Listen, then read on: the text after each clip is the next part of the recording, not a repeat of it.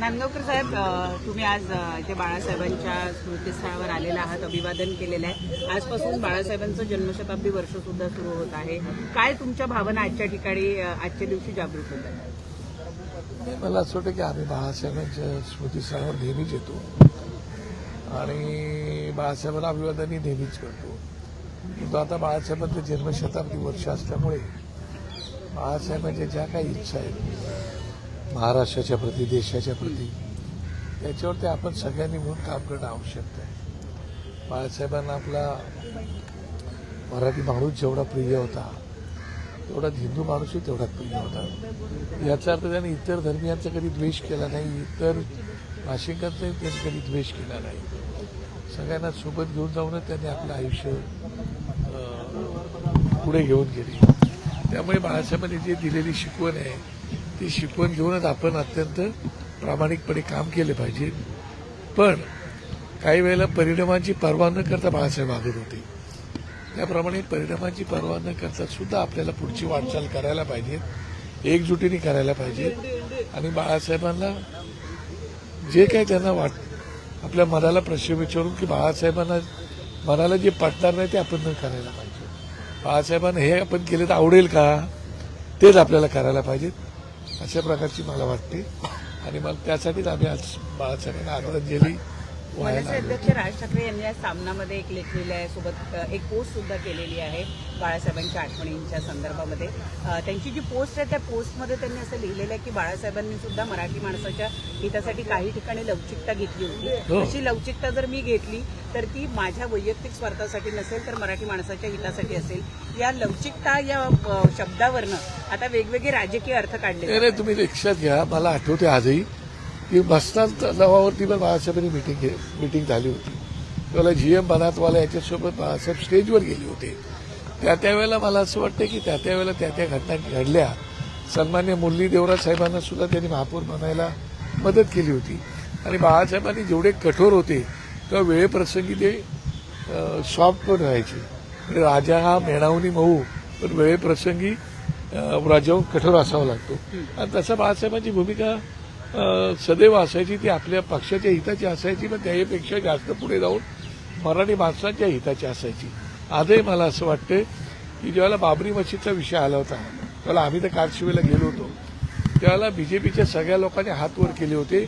आणि त्यावेळेला सन्मान्य सुंदरलाल भंडारी साहेब होते. त्या भंडारी साहेबांनी त्यावेळेला आमचं कोणी नव्हतं अशा प्रकारची भाषा केली होती. त्यावेळेला शिवसैनिक असेल असे ते बोलले होते. त्यावेळेला बाळासाहेब असे बोलले होते की जर माझा शिवसैनिक असेल तर त्याचा मला गर्व आहे. बाळासाहेबांनी त्यावेळेला कुठली परवा तमा बाळगली नव्हती. जी भूमिका आपली स्पष्ट आहे ती अत्यंत परखडपणे मांडली त्यांनी.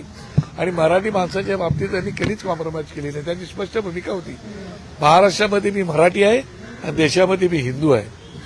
महाराष्ट्रामध्ये जर मराठी माणसाच्या अंगावर आलं तर मी सोडणार नाही, आणि देशात हिंदूच्या अंगावर आलं तरी मी सोडणार नाही. तीच भूमिका राज ठाकरे साहेबांची. आणि म्हणून ती परिस्थितीत या लवचिकता या शब्दाचा अर्थ काय काढला आता ना लवचिकता वेळेप्रसंगी मला कळत नाही की ज्यावेळेला मराठी माणसाच्या हिताचा विषय येतो त्यावेळेला काही प्रमाणात लवचिक भूमिका घ्यावी लागते. आणि तशा प्रकारची भूमिका राजसाहेब कधी कधी घेतात. आणि ती मला वाटतं की चुकीची नाही. मुंबईमध्ये पण ही लवचिक भूमिका घेतली जाईल. कारण तुम्ही काल असं म्हणाल मराठी महापौर जर केला जाईल तर राज ठाकरे भाजपला पाठिंबा देऊ शकतात. मला असं वाटतं की त्या बाबतीमध्ये दोघे भाऊ समर्थ आहेत. दोघे भाऊ आज जन्मशताब्दी वर्ष बाळासाहेबांचं सुरू झालेलं आहे. आणि जन्मशताब्दी वर्षामध्ये या महाराष्ट्राच्या मराठी माणसांच्या हिताचा जो काही निर्णय असेल ते दोघे बंधू नक्कीच घेतील याची मला खात्री आहे. त्यावेळेला माहिती नाही नेमकं काय निर्णय घेतात, पण आम्ही सगळेच कार्यकर्ते म्हणून त्यांच्यासोबत असेल. पण भाजपसोबत जर गेले तर सकारात्मक असं म्हणजे तुम्ही वैयक्तिक आता त्याच्यावरती जरतरवरती बोलण्यात पॉईंट नाही ना. आपण एखादा विषय जरतरवरती बोलण्यापेक्षा आपण असं वाटतं की जे आज त्यांनी भूमिका त्यांची मांडलेली आहे, आज संध्याकाळी ते षण्मुखानंद हॉलला जाणार आहेत, त्यावेळेला त्या ठिकाणी दोन्ही बंधू असणार आहेत, त्या ठिकाणी ते संबोधित करणार आहेत. काय मेसेज येतात ते तुम्हाला उत्सुकता आहे, तशी मला उत्सुकता आहे. कल्याण डोंबिवलीमध्ये जी लवचिकता दिसली तशीच लवचिकता मुंबईत दिसणार आहे का, असा अर्थ घ्यायचा का? नाही, त्याच्यावरती मी आता म्हणून म्हणालो ना, मी त्याच्यावरती बोलू शकत नाही. परंतु जे काही हिताचं असेल त्या बाबतीमध्ये दोघे बंधू योग्य तो निर्णय घेऊ शकतात. आता बिहार भवनाचा भाग घातला जातो. भाजपसोबत आम्ही जाऊ, मात्र शिंदेच्या शिवसेनेसोबत जाणार नाही असं संजय राऊत म्हणतायत. भाजपसोबत जाणं हे पसंत असणार आहे का? ते आता मी त्याच्यावरती भाष्य करणे, कारण मी पक्षप्रमुखच जे निर्णय घेतले त्याच्यावरती मी बोलणं उचित नाही. माझ्या मनात काही जरी भावना असल्या तरी ते बोलणं उचित नाही, कारण त्या पक्षप्रमुखांनीच काही निर्णय स्वतः बोलायचे असतात, ते त्यांनीच बोलणं उचित आहे. बिहार भवनाचा घाट घातला जातोय, त्याबद्दल काय सांगाल? नाही, मला असं वाटतं की एवढं पण करू नये ना. म्हणजे आम्ही आपलं त्याला काय बोलतात, नैतिकता धरून चालतो, सगळ्यांना सोबत घेऊन जाण्याची भूमिका ठेवली तरी मराठी माणसाला दुःख होईल, मराठी माणसाच्या भावनेला ठेच पोहोचेल, अशा प्रकारचं राज्य सरकारने पण करू नये असं मला त्यांना सक्त सांगायचं. एटीएमसीच्या नगरसेवकांवर काही नोटीस किंवा कारवाई केली जाणार आहे? अजून तरी मला माहिती नाही, त्या विषयावरती साहेबांचं माझं बोलणं झालेलं आहे, परंतु अजून तरी साहेब त्याच्यावरती काय बोलले. असं कळतं की राज ठाकरेंना हे सगळं माहीत होतं किंवा त्याची पूर्वकल्पना तिकडच्या स्थानिक नेतृत्वाने दिली होती? मला असं वाटतं की स्थानिक नेतृत्वाला आम्ही सही कल्पना दिली होती की तुम्हाला स्थानिक लेवलवरती काय करायचं ते करा, त्याप्रमाणे त्यांनी ती भूमिका घेतलेली आहे.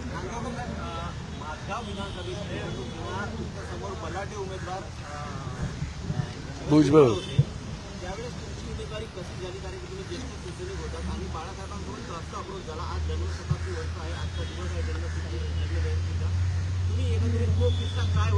नाही, कसं आहे की बाळासाहेबांसोबतची जी म्हणजे सन्मान्य भुजबळ साहेबांच्या समोर जी माझी उमेदवारी दिली होती ती सन्मान्य राजसाहेबांनीच माझी उमेदवारी त्यावेळेला की सामना प्रेसमध्ये राजसाहेब होते, उद्धव साहेब होते, पण राजसाहेबांचा प्रामुख्याने त्यात रोल होता. आणि त्यावेळेला त्यांनी मला सांगितलं होतं की तू भुजबळ साहेबांसोबत, त्यावेळेला मी नागपाड्यामध्ये नगरसेवक होतो, मला सांगितलं होतं की तू भुजबळांसोबत उभा राहणार का. तर म्हटलं साहेब आपण राष्ट्रवादीला तर मी उभा राहीन, मला काय अडचण नाही, निवडून येणार का. तर म्हटलं हो 100% निवडून येईन, मला पूर्ण खात्री आहे. नक्की नक्की. बोला नाही तुला ओव्हर कॉन्फिडन्स आहे. मी बोला मला ओव्हर कॉन्फिडन्स आहे, मोर कॉन्फिडन्स आहे की नक्की मी निवडून येईल तिथे म्हणून. तर मला बोला अरे मला तुझा जरा अति फाजीलपणा वाटतोय, फाजील आत्मविश्वास वाटतो. म्हणजे नाही साहेब. मग आमच्या दोघांची भेट लागली होती. मी बोले मग भेट लावा, मी निवडून येणार की नाही याच्यावरती. तर बोले लाव भेट. तर म्हटलं ह्याच्या पुढे मी निवडून जर आलो नाही तर मी तुमचा कार्यकर्ता म्हणून आयुष्यभर राहीन, कधी तुमच्याकडे कुठलंही पद मागायला येणार नाही. त्यावेळेला मी शिवसैनिक होतो, पद माझं कुठलंच नव्हतं, त्याच्यानंतर मी नगरसेवक झालो होतो. शिवसैनिक टू नगरसेवक, पद मागायला येणार नाही, तिकीटचा विषयच येत नाही. बोलं बरं मग तुझी आता अटक आहे. म्हटलं मी निवडून आल्यानंतर तुम्ही नाचायला यायचं. त्याप्रमाणे राज ठाकरे साहेब माझ्याकडे निवडून आल्यावर नाचायला आले होते, हे लक्षात घ्या. आणि नंतर मग लोकांनी भुजबळ साहेबांना मी नाही पाडलं, लोकांनी पाडलं काय. त्यावेळेला मग बाळासाहेबांकडे मला घेऊन गेले, मग बाळासाहेबांना माझं नाव सांगितलं, मग बाळासाहेबांनी पण रिपोर्ट कलेक्ट केला. त्याच्यानंतर निवडणुका जवळ आल्यानंतर मनोज जोशी साहेब, आनंद दिघे साहेब, नाना पाटेकर साहेब, नीता नाईक, दादा कोंडके अशी मोठी मोठी नावं यायला लागली. मला तर 1.5-2 वर्ष ऑलरेडी सांगितलं होतं की तू कामाला लाग म्हणून. आणि मी नागपाड्यामध्ये नगरसेवक होतो आणि मी कामाला लागलेलो होतो. मग आम्ही 100-150 पोरं घेऊन मी आनंद दिघेंकडे गेलो होतो, त्यांच्या आनंद मठात. त्यावेळेला तो 2:30-3 वाजता आम्हाला आनंद दिघे भेटले होते. तर आम्ही सगळ्यांनी म्हणून आनंद दिघेंना सांगितलं की साहेब तुम्ही माझगावमध्ये तुम्ही निवडणुकीला उभा जर राहत असाल तर आम्ही तुम्हाला निवडून आणू. तर ते म्हणाले की अरे बाळा मी तिकडे उभं राहून कसं चाललंय, मला तर ठाणा बघायचं आहे. तर म्हटलं नाही तुम्ही इकडे उभे राहा, आम्ही 100% निवडून आलो. तर बोलले नाही म्हणाले मला जमणार नाही. आणि समजा मी उभं राहिलो निवडून आलो तिकडे काम कोण करणार. तर म्हटलं मी बाजूच्याच वॉर्डला नगरसेवक आहे, तुम्ही 1-2 महिन्यातून एकदा आलं तरी चालेल, बाकी तुमचा वॉर्ड मी सांभाळेल, असा दिघेने मी शब्द दिला होता. पण दिघे बोलला नाही नाही बाळा काय तिकडे मी राहणार नाही उभा, तू आपला तिकडे बघ काय करायचं ते.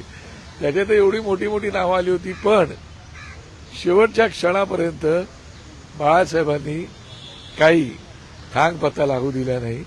त्याच्यानंतर वर्तमानपत्रात बातमी आली आणि माझं नाव जाहीर झालं.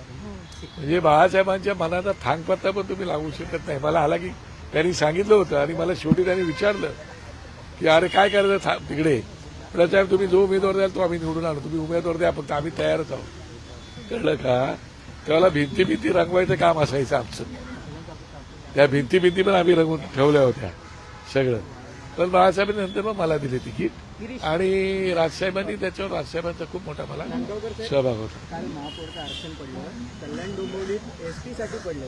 जर तुम्ही भाजपला पाठिंबा दिला असता तर कदाचित तुमचा महापौर असला असता, कारण भाजपकडे एसटीमध्ये नगरसेवक घाई झाली का? मला असं वाटतं की त्या विषयावरती आता काय एखादी घटना घडून गेल्यानंतर वारंवार एखाद्या विषयावरती फाटा फोडणं, दुसऱ्या रस्त्याकडे वळणं उचित नाही असं मला वाटते. एक घटना घडून गेले त्याच्यावरती आम्ही भाष्य करायचं केले, त्याच्यावरती आता साहेब काय बोलायचे तेही बोलतील आणि त्याच्यामुळे आता परत त्या विषयावरती जाणं उचित मला वाटत नाही. धन्यवाद.